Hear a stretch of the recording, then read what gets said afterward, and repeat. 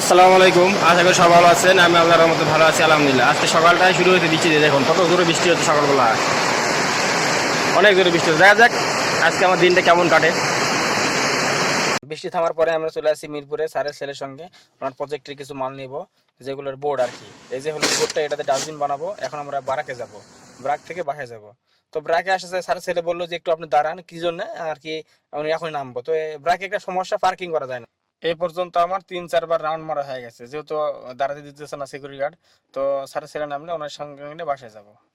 এখানে ছিলাম, এর উল্টা পাশে হলো স্যারের দোকান। তো এতক্ষণ আমি এখানে ছিলাম, আর বাসায় গেছি ঘুমায় ঘুমায় 2-2.5 ঘন্টা এখানে ঘুমাইছিলাম স্যারের দোকানে। ঘুমানোর পর বাসায় গেছি, যা কালো গাড়িটা ধুইছি, মানে স্কোয়ারটা ধুইছি। ধোয়ার ভিডিও দিতে মনে ছিল না আর কি। যাই হোক, এখান থেকে লাল মাঠের উদ্দেশ্যে রওনা দিয়ে দিয়েছি। এখন আমি কারণ বাজার সিগনালে। তো স্যার মনে হয় বেশিক্ষণ দেরি করবো না, যেহেতু স্যার বাড়ি ছিল না, এই জন্য চলে আসছি। এখন গুলশানে চলে আসলাম আর কি, যেই চলে আসলাম।